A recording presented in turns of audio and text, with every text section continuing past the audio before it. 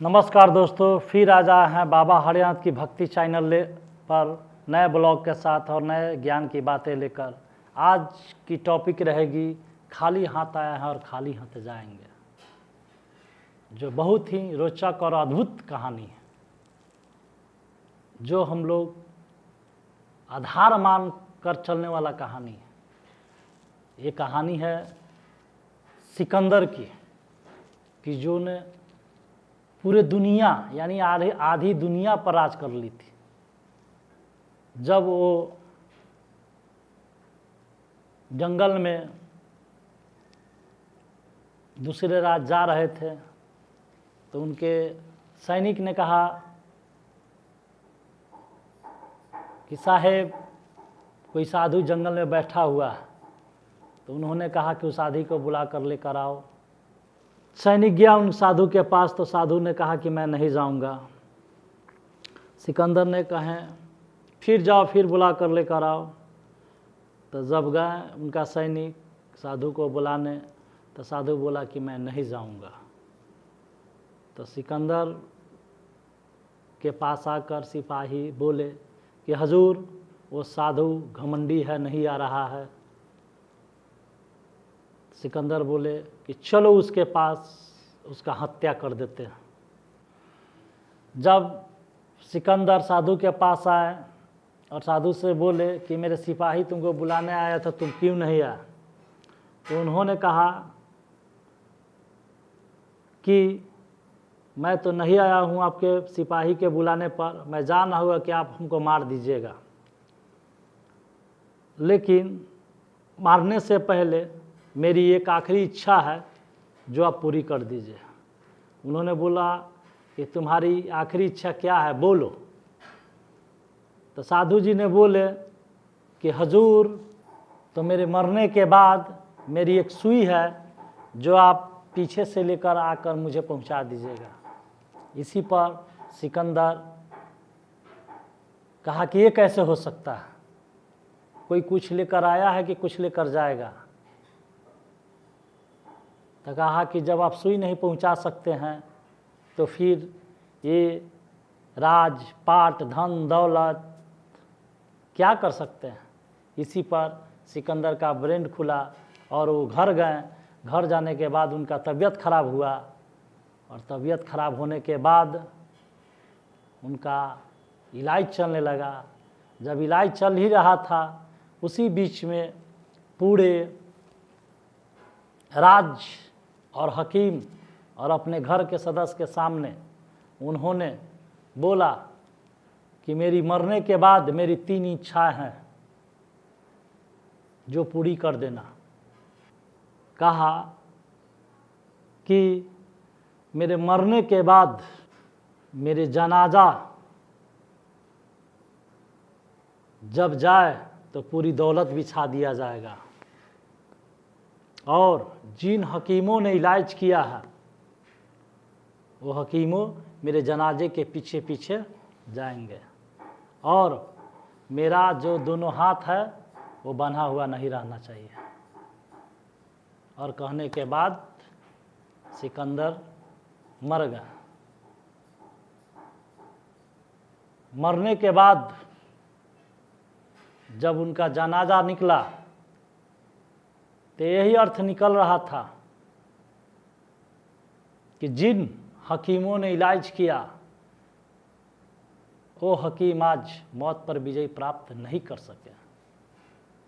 और मैंने जितनी भी दौलत कमाए, सारी दौलत को मैंने रास्ते में बिछा दिया गया, फिर भी वो मौत को नहीं हरा सका। और तीसरा था हाथ खुला का अर्थ, खाली हाथ आए हैं और खाली हाथ जाएंगे। तो दोस्तों, जब सिकंदर जैसा जो आधी दुनिया पर राज किया, जब वो मौत पर नहीं जीत सका, तो हम लोग क्या जीत सकते हैं? हम लोग कुछ नहीं है सिकंदर के सामने। पूरे आधी दुनिया पर उसकी राज थी। तो जब सिकंदर हार गया मौत से, तो मौत तो सत्य है, लेकिन एक भी बात है कि मौत को भी मात देने वाले मेरे अध्यात्म में है, जिसको महामृत्युंजय मंत्र कहते हैं। काल को भी मजबूर हो जाना पड़ता है महामृत्युंजय मंत्र के सामने। मेरे अध्यात्म में वो शक्ति है कि मौत पर भी विजय प्राप्त कर सकते हैं, लेकिन वो भी अध्यात्म से। बाकी दुनिया में कोई ऐसी ताकत नहीं है कि जो आपको मौत पर विजय प्राप्त कर सके। मेरा तो कहना है कि पूरे वर्ल्ड की संपत्ति एक तरफ और एक मृत व्यक्ति एक तरफ, और उस मृत व्यक्ति को उस पूरे संपत्ति को लगाकर जिंदा कर दिया जाए तो मैं जान जाऊंगा कि ये संपत्ति कामयाब है। लेकिन ऐसा होगा नहीं, कभी नहीं होगा ऐसा। दौलत धरी की धरी रह जाएगी, लेकिन मौत पर जीत नहीं कर सकती है। मौत निश्चित था, मरना सबको है, लेकिन अच्छे कर्म के साथ मरे वो एक बेहतर होगा, बुरे कर्म के साथ नहीं। कृष्ण भगवान बोले हैं कि दुख में सुमिरन सब करे, सुख में न करे कोई, आ जो सुख में सुमिरन करे काहे के दुख होई रे भैया, काहे के दुख होई। यानी अध्यात्म ही एक ऐसा माध्यम है, मेरे महाकाल भोले बाबा जो काल पर भी विजयी प्राप्त करवाए, जिनका नाम था मार्कंडे, जो उनका आयु था 14 बरस। जब मार्कंडे को अनुभव हुआ कि मेरी उम्र 14 बरस है, उनकी माँ पिता रोने लगे, तो मार्कंडे ने शिवलिंग को बनाकर और पूजा करने लगा। पूजा करने के बाद जब 14 बरस पूरा मार्कंडे जी का, तो यमराज जी चले वहाँ से और पास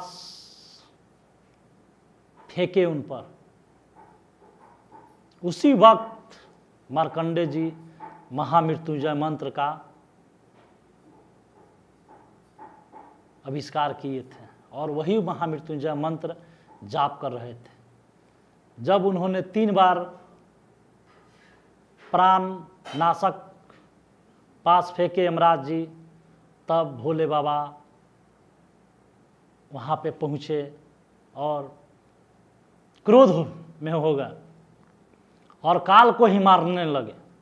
काल को लगे कि मार देंगे, लेकिन फिर भी काल देवता उनके सामने हाथ जोड़ के खड़ा हो गए और बोले कि प्रभु, मैं ही बिना आपकी आज्ञा से मैं नहीं आया हूँ, आपका ही बनाया हुआ नियम कानून है, उसी के तहत मैं यहाँ आया हूँ।